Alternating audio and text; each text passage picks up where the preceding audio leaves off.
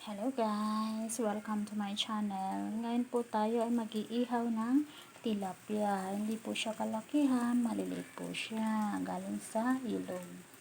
Ayan, kuha lang po yan ang screen huli ng mister ko. So, yan po yung uulamin namin ngayon for lunch. Tsaka ako magbo-boil ng soup. So, dito po ako nag-ihaw ngayon sa stove namin. Para kasi umuulan guys, umuulan sa labas, so hindi ako makakapag-ihaw ng tilapia dahil hindi ako pwedeng magkano dito sa loob dahil magiging mausok sa loob ng bahay.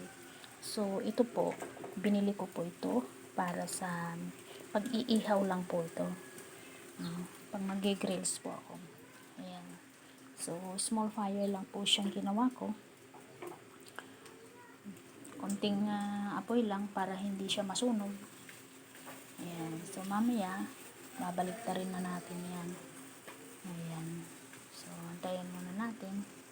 Kasi nasubukan ko nang nag-ihaw ng ganito nung bumili ako ng sa bayan ng tilapia.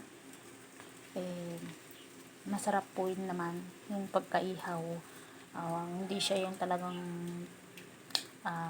maitim.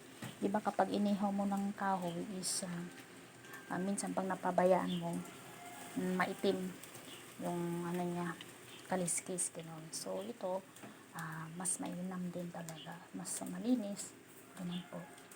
Pero syempre siguro sabi nila mas masarap pa rin pag kahoy o tsaka yung uling, yan ang sabi nila. Pero sa akin okay lang kasi ito kasi hindi siya mausok pag nag-iihaw ka. So, para sa akin, mas gusto ko ito. Ayan. Cheers! Please like and subscribe my channel.